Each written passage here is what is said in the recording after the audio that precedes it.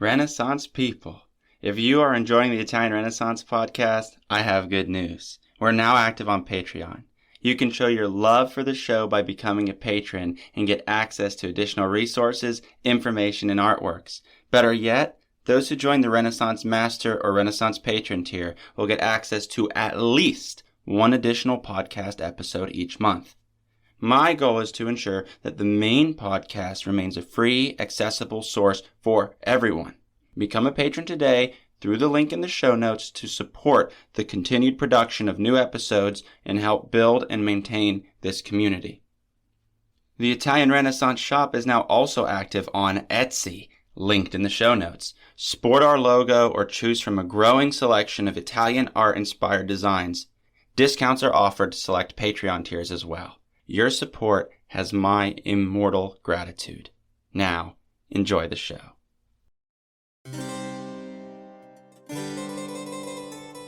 Welcome to the Italian Renaissance podcast, where we discuss essential topics about the art and culture of 15th and 16th century Italy. I'm your host, Lawrence Gianangeli. Andiamo avanti.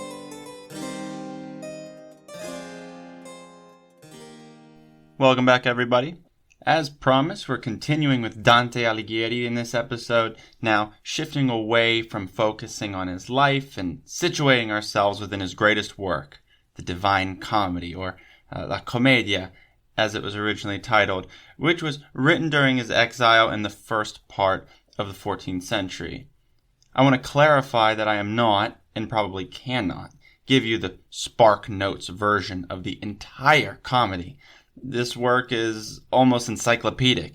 It's fat, full of innumerable references to people, places, history, other literatures that I cannot in any capacity cover all of it. But for university students, you'll need an entire semester to properly study just the Inferno, the first book. It makes the most sense to me that in order to cover as much of this monumental work as possible, that we talk about it in two parts.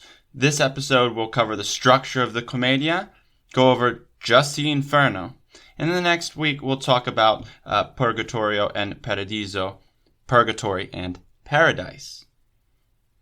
It's no surprise to me that Inferno draws the most interest. For those listening that have not read it, I expect hearing about it will urge you to go to the bookstore. It truly is among it's in the canon of the greatest works of Western literature, and for good reason. This episode aims to be accessible to all listeners, those who have and have not read the work.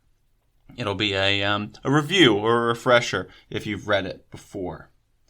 Yet, anyone who finds themselves listening to a podcast that focuses on pre-modern Italian history should read Dante nonetheless. I will cover the structure of Dante's Hell, Inferno, as well as do some readings from specific moments that I think are notable to talk about. I will not cover all of the moments I think are notable, just some. I had to pick and choose, right? So, structure is really everything in Dante's Commedia. It's written in 3 books, or canticles: Inferno, Purgatory, and Paradise. Keep tabs on the number 3 here because it's really important. These 3 books are the stages of the plot of the entire epic. A man, best assumed as Dante, call him Dante, finds himself on a guided journey through hell, purgatory, and then to paradise. Lawrence, did you say guided? Yes, I did. So who are his guides, you may be asking me? Well, he has 2. The first is the spirit of the Roman poet Virgil, who wrote the Aeneid. Definitely an excellent work. It's the exemplary Roman epic of the imperial reign of Augustus. Dante esteems Virgil highly, but understands that as a pre-Christian, he does not receive the salvation of those born after Christ. But using Virgil as a guide, we can think of Dante as positioning himself as the natural heir to a genealogy of epic poetry. Virgil's story springs from the works of ancient Greek poet Homer, namely the Iliad and the Odyssey, but the Iliad, which treats the Trojan War, and the eventual sacking and burning of the city of Troy by the Greeks. Virgil's hero, Aeneas, is a Trojan who escapes the burning city, right, from what we inherit from Homer, and after many a great adventure, settles in Italy, where generations later his descendants, Romulus and Remus, found the city of Rome. In brief, okay? It is a thorough, complex mythology written during the Roman period. This is meant to embolden Roman lineage as the offspring of Homer's Troy. Right? The famous Trojan War was even famous in the ancient Roman period. Just as Virgil's work serves as a type of sequel to Homer, Dante completes the trilogy. It's like Return of the Jedi or something, okay? And there are grotesque things like Jabba the Hutt that you might find in Inferno. So Virgil serves as his guide through Inferno and Purgatory, but has to hand him off to his second guide for his passage through Paradise, because he's not allowed to enter. And that is none other than our much-discussed Beatrice, the love of Dante's life, who we talked about in the last episode regarding his earlier work, the Vita Nova. Do you remember the elements of the Dolce Stil Novo? The woman loved by the poet who is elevated to a divine and angelic status? Well, that becomes both the figurative and poetic position of Beatrice by the time we reach Paradise, but more on that later. So back to the structure.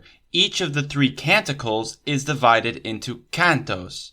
Okay, we'll refer to them as a canto, right? Canto 1, Canto 2, or first canto, second canto, etc.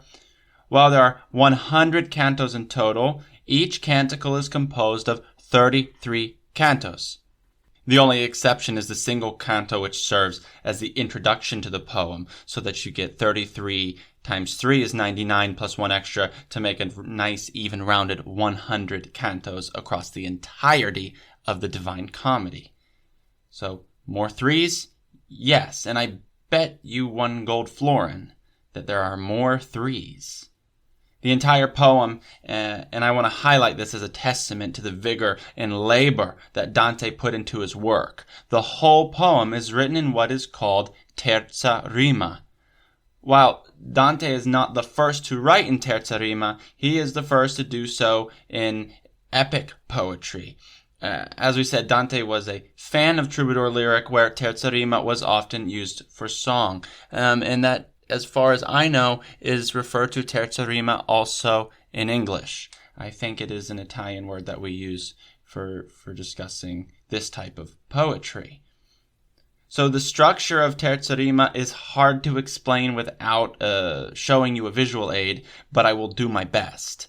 What this is a series of tercets, or stanzas composed of, you guessed it, 3 lines. There's another 3. It's the rhyme scheme that becomes difficult to understand. What happens is the middle rhyme of each tercet becomes the first and third position of the next tercet, right? If we know poetic meter, this is going to be A, B, A, B, C, B, C, D, C, and so on like that for every canto. So this is why translating Dante is so difficult if you want to maintain terza rima, right? Italian does it easier than English. So I want to demonstrate this, and I think we can do that simply by jumping into Inferno, so to speak, and give you an example in Italian so you can hear the pattern. Here I'm reading from the very first lines of the Divine Comedy, Inferno, Canto 1, and I'm going to stress the rhyme, right? Remember, this is in tercets, so every 3 lines is going to change. So, maybe we've heard this before. Nel mezzo del cammin di nostra vita mi ritrovai per una selva oscura che la diritta via era smarrita. Ahí quanto a dir qual era e cosa dura esta selva selvaggia e aspra e forte, che nel pensier rinnova la paura. So that's 6 lines. The first line ending in vita, your A, followed by oscura, B, and then smarrita, A. I actually don't know smarrita. I don't actually know. where the stress is on that. I guess if it rhymes with vita, it's smarita, okay? Maybe a native Italian speaker can send me a message about that, right? But that oscura, the B, then takes the next front position. Ahi quanto a dir qualere cosa dura, esta selva selvaggia e aspra e forte che nel pensiero rinnova la paura, right? Dura in ura, paura. So A, B, A, B, C, D, and then the next one is going to take that middle forte and make it the first part. Tante amare che poco è più morte, right? That's terza rima. This is midway upon the journey of our lives. I found myself in a dark forest, for the straight way was lost, right? So we're starting off in the forest here, and he's going to make his way past some beasts and into the Inferno. Now, I don't use a translation of this that translates the epic into terza rima into English. It's a little choppy, it's awkward, and it's weird. And realistically, I want to give you guys an example of terza rima in English, exactly the same lines we just read in Italian. I found this from an article written by someone by the name of Sidney Gunn in the Swanee Review, and this is an attempt at the terza rima, which Sidney Gunn here calls the triple rhyme of those same verses, the very first 6 lines, the first 2 tercets of Inferno. Listen to it in English. When at the middle point upon life's way, I found myself within a forest drear, for I was from the rightful path astray. Ah, it to picture is a task severe, that savage wood, both rough and cruel sore, which in the thought awakes again my fear. It doesn't abandon the essence, but I can't imagine you can get through all 100 cantos across the 3 canticles and land at the same meaning by trying to do terza rima in English. I think it's a little clunky, and I think it's better to have a rhythmic translation that holds truer to the essence of what's being said than moving it in all sorts of different places in order to try to get that rhyme scheme down. I think it's the least important part of the translation, but that's just my humble opinion. Okay, so now we hopefully grasp Dante's poetics in the Commedia, and we can move on to the actual content of the epic. Let me tell you, descending into hell with Dante is among the most intense and wholesome experiences, beautifully gruesome and cruel, with a sprinkle of sympathy and sorrow. In this cycle, Dante has to start with hell, because if we can imagine his concept, his worldview, he has to travel through the earth, where hell is physically located, in order to come out of the earth to the base of Mount Purgatory, which is on the other side of the sphere, right? According to Dante's medieval concept of the earth, which he did believe was round, but that you had directly through the earth, like directly across from him, is where Purgatory would be, and you cannot sail to it, as we'll see. We'll talk about that. Don't forget that, okay? So he has to travel through hell to get to Purgatory, to get to paradise. So as Dante travels deeper and deeper into hell, he enters what are called circles, and each circle representing a sin and a corresponding punishment for that sin. Likewise, Dante uses his keen knowledge of the world, its literature as it was known at the time, and his contemporary political circumstances in order to place recognizable faces in each circle, like a celebrity guest board, right? Deeming them damned for the sin of the circle where they are found. Does that make sense? Because of this, I cannot cover all of the 9 circles, nor all of the sins, and nor all of the sinners. I'll go over the circles now, then we'll dive into a few examples, or rather, we will dive into some examples of some circles as we go through them. We have to keep in mind that there may be some minor inconsistencies. Dante's a poet, and we have to give room for poetic device. Likewise, our contemporary concept of Christian sin which is what we're operating with here. It may not coincide with the medieval one, making Dante sometimes coming off as harsh or cruel, but we have to step away from criticizing him from a modern perspective. However, as we go through these, I personally like to try to guess where Dante would put me.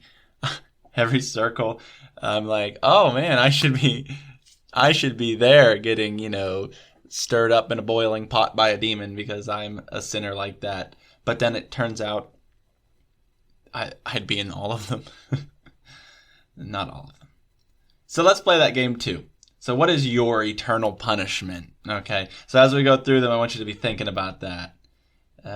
By the way, the translated edition that I am using, sorry, I had to pick it up because it's really heavy. It's in 3 volumes.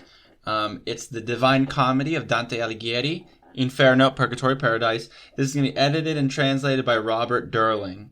Okay, this is a pretty common one, and I think it's kind of like a core curriculum one as well. It has the Italian, it has the English, and it has a lot of really thorough notes. So and the translation is good. It's not weird. When you go to Barnes & Noble and you flip through some of the copies they might have, knowing the work, sometimes you think, I can't read 100 cantos like this, right? Definitely recommend the Durling edition. So, with his guide Virgil, Dante has to enter hell first. And when we arrive at the 3rd canto, he's at the gates of hell, and the very beginning of the canto has a 3 tercets that cover the inscription above the portal of hell, and it's really some of my favorite work from this entire collection. So I'm going to go ahead and give you this inscription in English from the Durling translation we're using. It says, "Through me the way into the grieving city, through me the way into eternal sorrow, through me the way among the lost people. Justice moved my high maker, divine power made me, highest wisdom and primal love. Before me were no things created except eternal ones, and I endure eternal. Abandon every hope, you who enter." You guys have heard that before.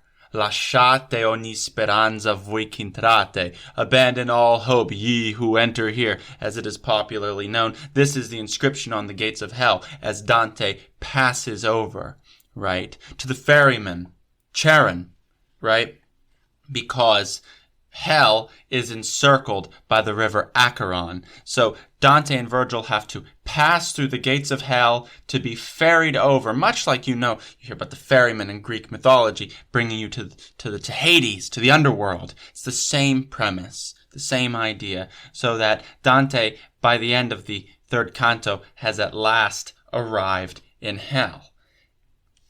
Creepy, right? So let's go through some of the 9 circles so that we can get to some of the meat of this work, right? So the first circle that he enters is limbo, and this is holding unbaptized people, including children, but also the virtuous non-Christians of antiquity, people who existed before Christ, but were virtuous, such as his guide Virgil, right, would be in limbo, but also Homer, Socrates, Cicero, even Julius Caesar. Keep that in mind. Julius Caesar's in limbo. We'll come back to that. Who may not have yet been deemed a tyrant in the eyes of the medieval writer like we kind of would consider today. Okay, so the first circle, limbo. The second circle is those who committed the sin of lust. It's a bit crazy to imagine his sinners there. Cleopatra and Helen of Troy, among others, who are being blown all around by fierce gusts of wind. That's their punishment for lust, right? And we already have a large, by the time we're already here in the second circle of lust, we have a lot of celebrities, right?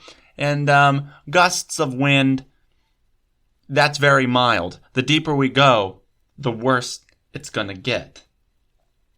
Then we have gluttony in the 3rd circle, and greed in the 4th. Nothing that I want to mention about those circles.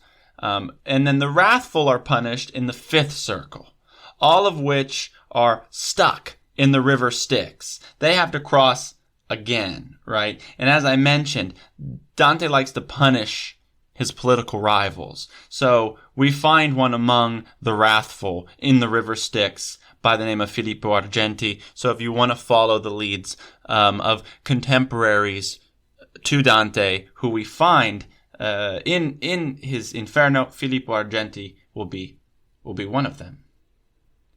After crossing the river Styx, Dante and Virgil come to the gates of the infernal city of Dis, which contains the 6th through the 9th circles of hell, right? So imagine hell circled by the river Acheron, and then the Styx is the moat of the city of Dis, which also encircles the lower levels, the lower circles. I'm saying circles a lot, but we get what I'm saying. They're contained within this fortified city, right? Everything is circular. So the gates of the city are guarded by harpies and gorgons, Medusa among them. And I love these constant references to classical mythology, religion, and culture. It's all part of this proto-Renaissance concept that we continue to come back to. Undoubtedly, he has to enter the city without making eye contact with the Gorgons. What happens if you make eye contact with a Gorgon? You tell me, right? But so while Dante is protected in hell by this kind of divine link he has to Beatrice in heaven, who's linked to the Virgin Mary, he's not always entirely safe. He has to play by the rules. So after entering these, right, the 5th circle is past us, and we're in the 6th circle. This is going to be your Epicureans and your heretics, right? The philosophy of Epicurus is often condemned by medieval Christians as it's one that suggests that the chief goal in life should be pleasure. I agree. I'm an Epicurean. This doesn't get along with medieval concepts of penitence, guilt, sin, etc. You get what I'm saying. So, past the 6th circle of Epicureans and heretics, the 7th circle is further divided. The deeper we go, the more divisions we're going to start to see. Kinda, right? So the 7th circle is divided into 3 rings covering different types of violence. So sinners in the 7th circle are condemned for their violent acts, but in 3 different categories. The first is violence against others, the second is violence against self, and the third is violence against God or nature. We're going to jump into another example from Inferno here, from Canto 14. So here, Dante's entering the 3rd subcircle of the violent. These are the violent against God or nature. And he's going to explain how the sinners are being punished. Here I start on line 28 of Canto 14. Over all the sand there rained with a slow falling broad flakes of fire, like snow in the mountains without wind. Like the flames that Alexander saw in those hot parts of India, falling down on his host whole all the way to the ground, so that he provided for the earth to be trampled by his squadron, since the burning was better extinguished while separated.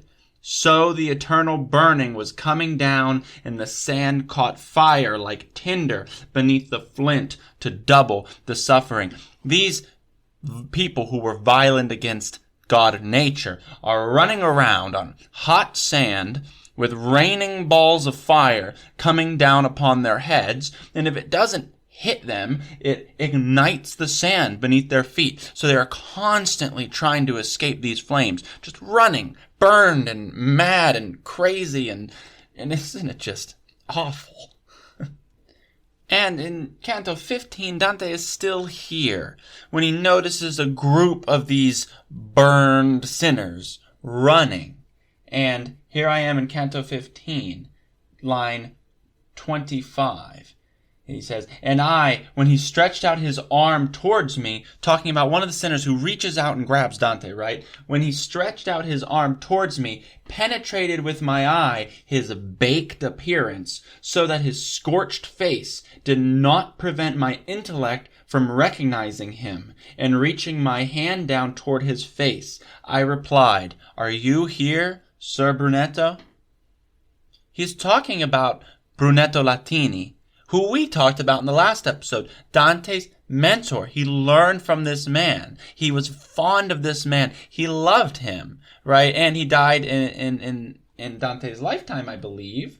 Sometimes people don't die, actually. Sometimes he pre-kills them and puts them in hell anyway. I don't know if that was the case with Brunetto Latini. I think he was dead before Dante wrote this. But what violence against nature did he commit? Sodomy.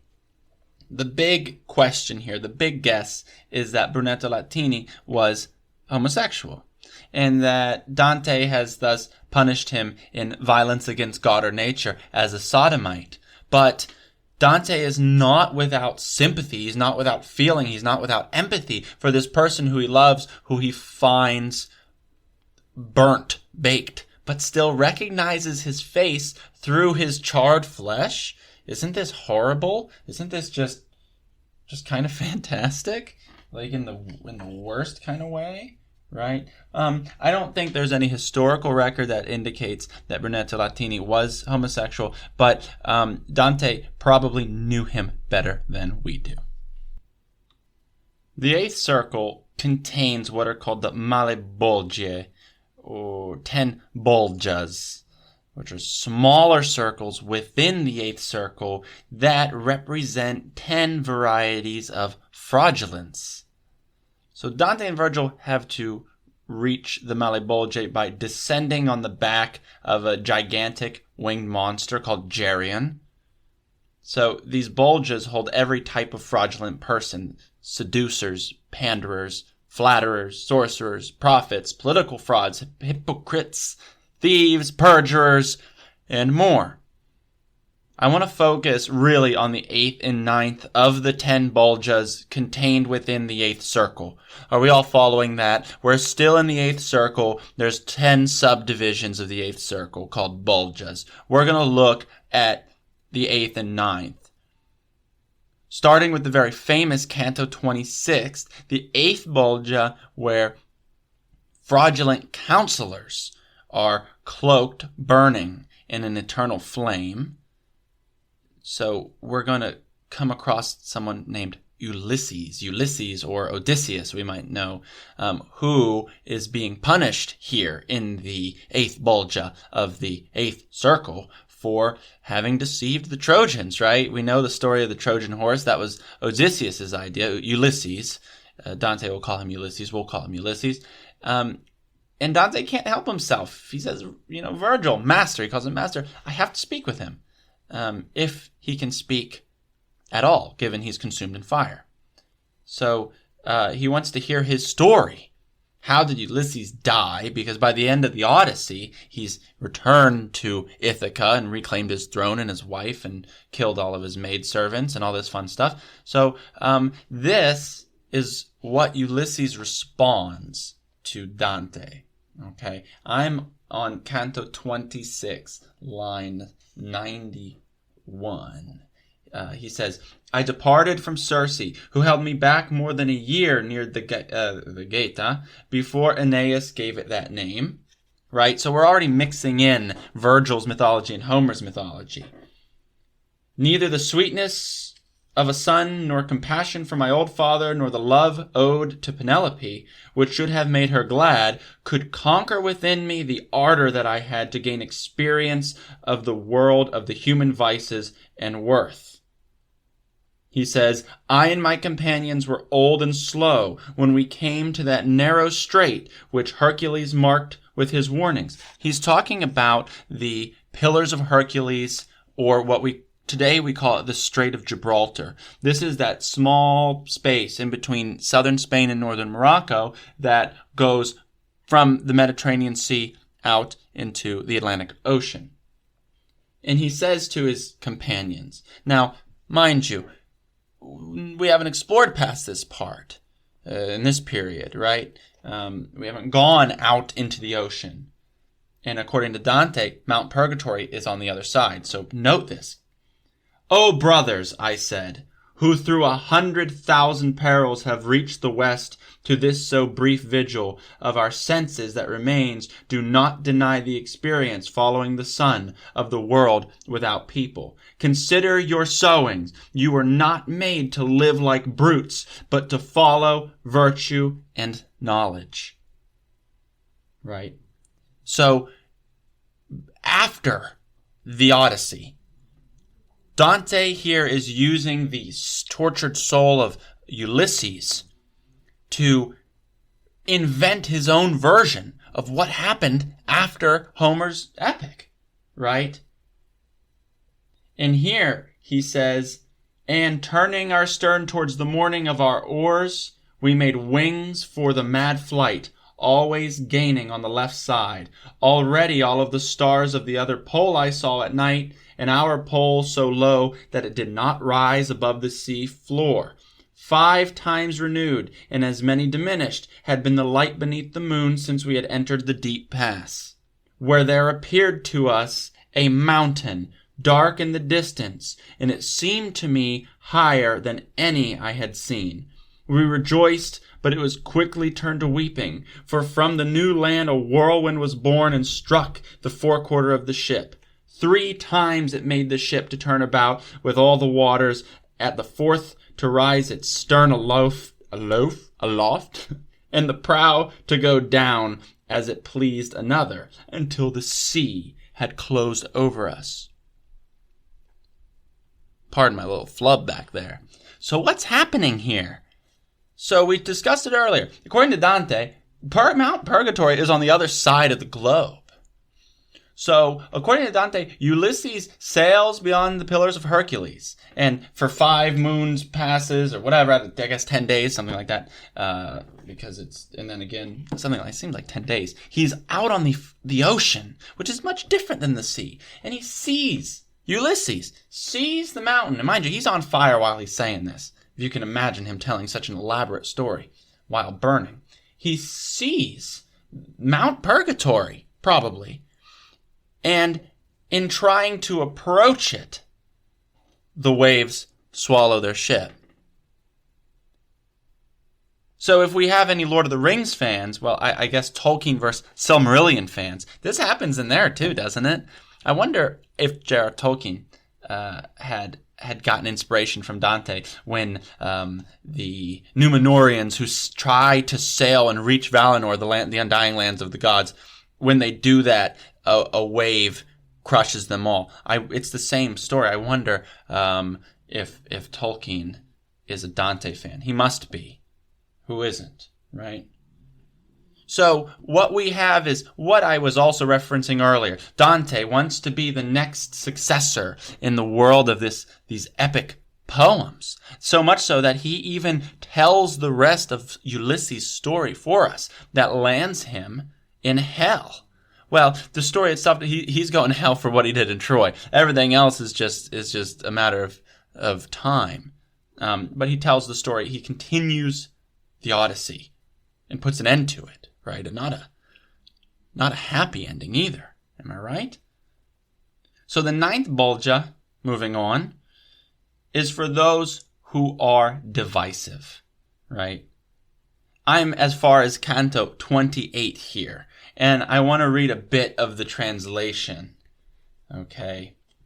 So we're talking about sowers of discord. And this is starting off with the punishment, and then it's going to apply it to someone. So keep tabs on this. This is really, really interesting. Dante says, surely a barrel losing centerpiece or half moon is not so broken as one I saw torn open from the chin to the farting place. What he calls it, right? Meaning someone sliced from chin through the, well, I guess I would also call it the farting place. What do you call it? The groin? Between his legs dangled his intestines. The pluck was visible in the wretched bag that makes shit of what is swallowed. While I was all absorbed in the sight of him, he, gazing back at me, with his hands open up his breast, saying, now see how I spread myself. See how Muhammad is torn open.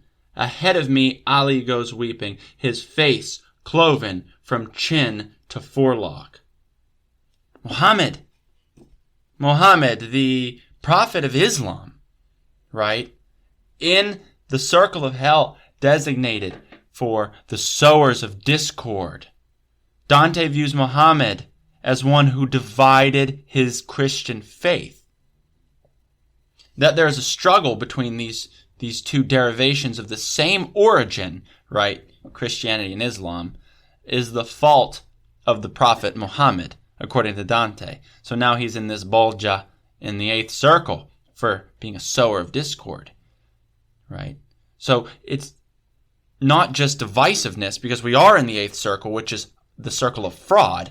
It's divisiveness based on fraud. And is this not just so brutal? They're cloven in half, their guts falling out, they're given turns, being cloven. Their wounds are healing before there's like a rack of them, right? If we can imagine, and a demon going from one to the next, slicing them up, right?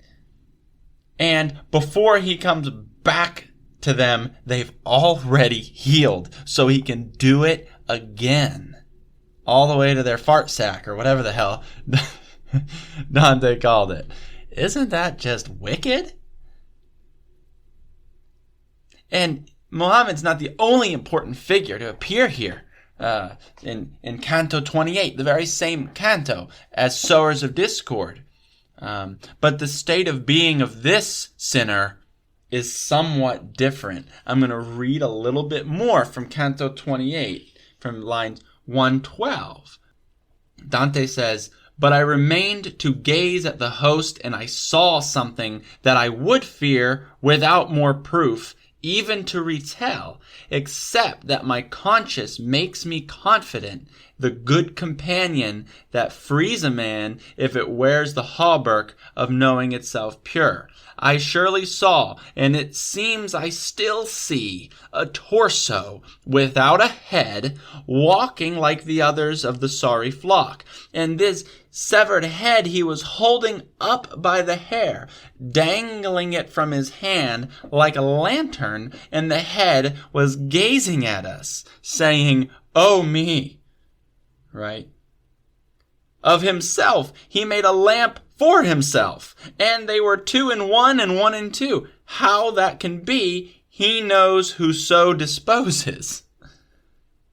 When he was directly at the foot of the bridge, he raised his arm far up, head and all, to bring his words close to us, which were, 'Now see my wretched punishment, you who go still breathing to view the dead. See if any is great as this. And that you may take back news of me, know that I am Bertrand born, he who gave the young king the bad encouragements." Whoa! This dude has got to carry his own head around, and Dante's just trying to get on by, and he's wiggling his head and his face so he can talk to him, right? And what does he say? "I am Bertrand de Born." Who is Bertrand de Born, my listeners? You probably don't know. But if you recall, in our biography of Dante, we talked about the Occitan troubadours and their influence on Italian poetry. Bertrand de Born is a troubadour, a lyric poet, and we discussed Dante's admiration for troubadour poetry. Bertrand de Born wrote what are called sirventes, which are political songs that he used to rally support for revolt and rebellion, often violent war songs, which further aided in dividing his region of southern France.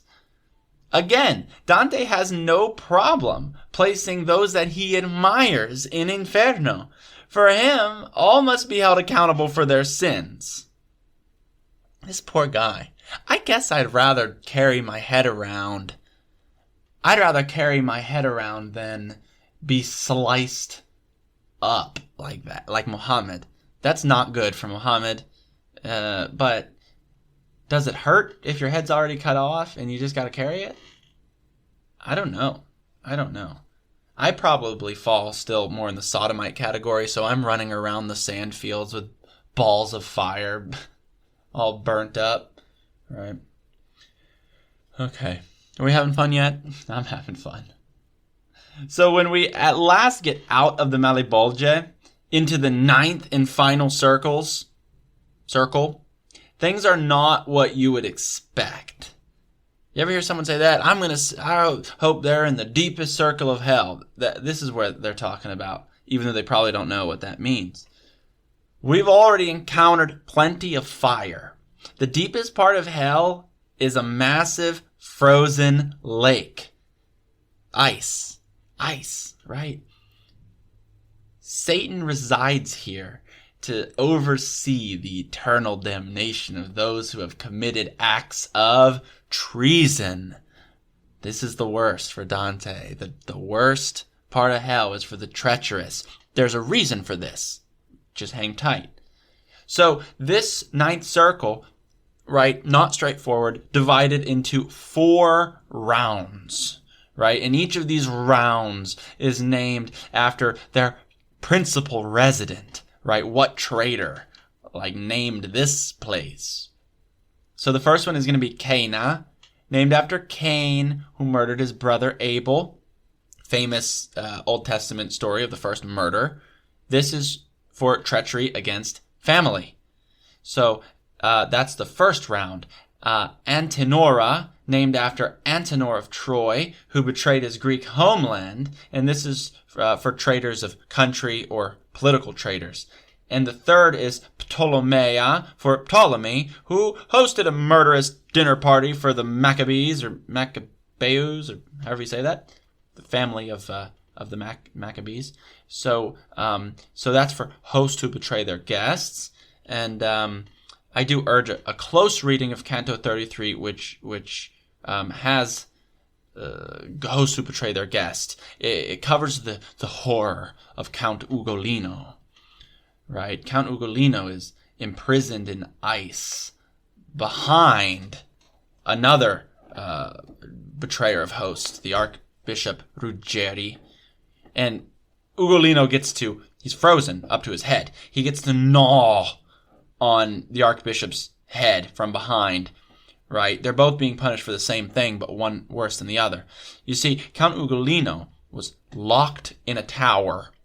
I think the tower's near Pisa, with his children, and this is a true story, and left to starve to death, right? According to Count Ugolino, through Dante in Inferno, his children begged him to eat them, as they knew that they were going to die first. Now, it's not known if he did or not. We're just given this line from Count Ugolino, which is a highly debated one. It says, I called them after they were dead. Then fasting had more power than grief. Some translate it as hunger had more power than grief. What does that mean? Does that mean he was so hungry that his grief couldn't stop him from eating them? That is absolutely my interpretation. But it could mean he died of hunger. More so than he died of grief. But I don't think so. What do you think? With the trail of evidence with Dante here, do we have nice little endings? I mean, not that dying of starvation, it's an alternatively nicer ending than trying to eat your children and then dying anyway of starvation after you've eaten your raw kids because you're locked in a tower. I don't know. What do you think? Did he eat them? Did he eat them? Did Count Ugolino eat his children? My vote is yes. So the 4th round is Judica. Who do we imagine? This is for Judas Iscariot, the infamous betrayer of Jesus Christ, right? It's only natural that he is given the worst spot in hell. Here, in the deepest, coldest center, Dante sees Satan, who is depicted as a 3-headed beast with a sinner in each of his mouths, right? These are people who betrayed their lords. 2 of them are Brutus and Cassius, who betrayed Julius Caesar.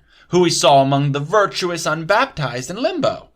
And the third is Judas himself. All of them inside one of the mouths of one of the three heads of Satan. 3 again. It's just all over the place. And at the end of seeing all this, of making it all the way through the 9 circles of hell, Dante and Virgil are left to descend past the center of the earth, where they were, right? The deepest part of hell is in the center of earth. It doesn't go all the way to the bottom, right? And they have to climb out of the earth to Mount Purgatory, the first canticle ending with the line, and thence we came forth to look again at the stars. That's going to mean something, because all of the canticles end in a similar way. How do you like that? As you all probably know, literature is a secondary interest for me, and I think I'm more skilled in talking about visual, yet this is a very fulfilling and interesting challenge. And it took a little bit longer than expected. Sorry for the longer episode length, but I wanted to cover every bit of Inferno that I possibly could. It's really hard to cherry pick Dante for this sort of show, since you can really spend hours and hours going through every element of his work and still be entertained. We're going to do Purgatory and Paradise in one episode next time to finish off this 3-episode Dante cycle. See what I did there? I did it in 3s too. Completely by accident. As always, thank you for listening. Please give this show a rating wherever you listen. Follow the Facebook and Instagram, please. Putting a lot of work into all of this, and I would love to see more of you on those pages, more engagement, and I'd like to interact more. If you love this content and want to help keep the show going, any financial contributions are extremely appreciated. Much love to everyone listening. Until next time, arrivederci.